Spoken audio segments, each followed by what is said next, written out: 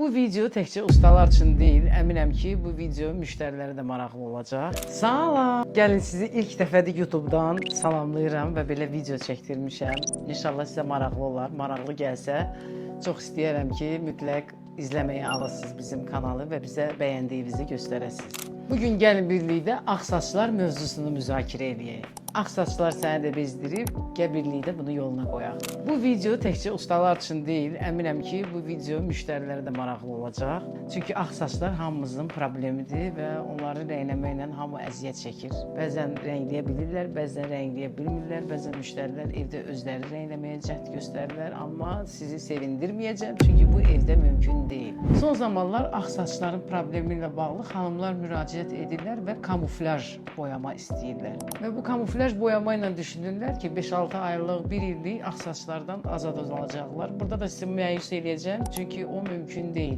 Kamuflaj nəticəsində də zaten saçlar 1-2 ay sonra rənglənməlidir. Kamuflajsız da dib boyası ilə də rəngləsəz, yenə də bu saçlar ayda bir dəfə, 2 ayda bir dəfə, 3 ayda bir dəfə rənglənməlidir.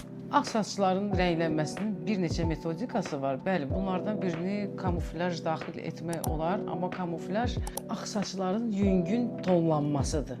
Yüngün tonlanma olduğuna görə də o hətta dib boyasından belə tez yuyulmaq ehtimalı var. Amma dib boyasıyla isə biz bunu birin-birinə tamamən rəngləyirik. Məndən soruşsaz ki, kamuflaj ya dib boya etmək, mən dib boya etməyi seçərəm və bunu sizə açıqlamasını vermək istəyirəm. Saçın öz stili əsasən keratin adlı zülaldan ibarət olur. Saçın rəngi saç follikulunda olan melansit adlı hüceyrələrin birləşməsindən əmələ gəlir.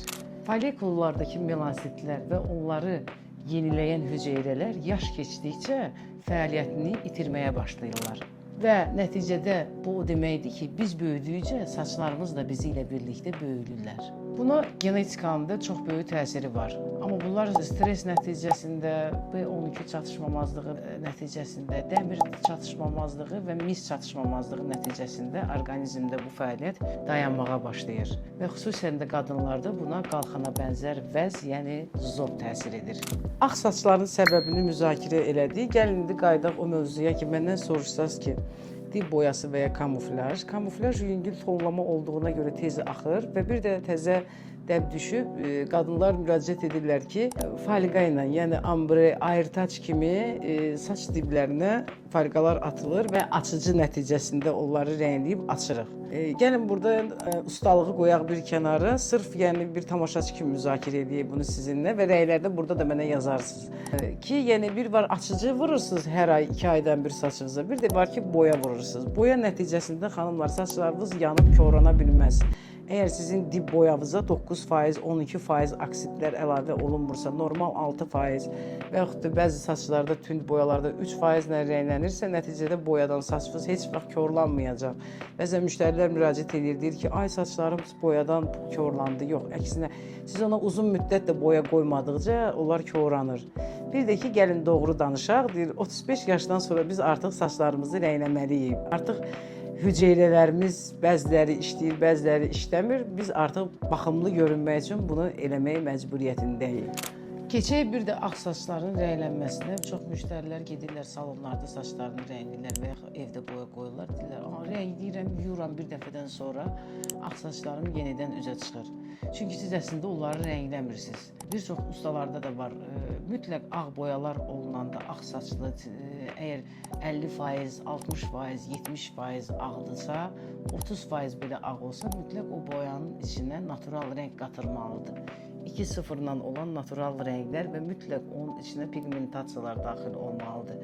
Yəni siz orada o pigmentasiyanı öz saçınıza eləyə bilməzsiniz. Bu bizim işimizdir. Biz professionallara müraciət edin ki, onun içinə mütləq biz anadan gəlmə dünyaya gələndə natural saçlarımızda hər bir terimizin, məsamələrimizin içində melamin, bayaq sadaladığım melaminlər, melansitlər nəticəsində yaş keçdikcə o ağların içindən o rənglər çıxdığına görə biz boyadıqda o pigmentasiyaları mütləq onun içinə əlavə eləməliyik.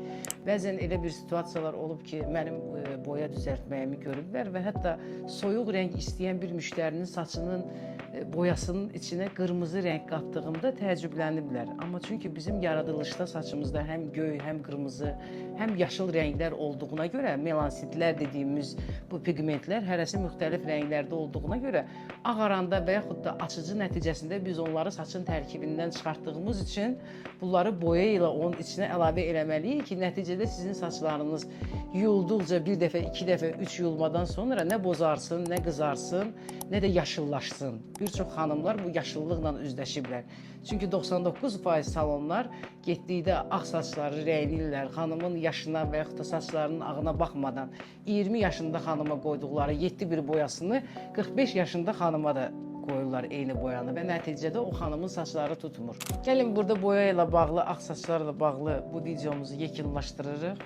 Növbəti videolarımızın mövzuları, nə suallar sizə maraqlıdırsa, boya ilə bağlı, qaynaqla bağlı, bütün suallarınızı buradan video nəticəsində cavablandıracağım.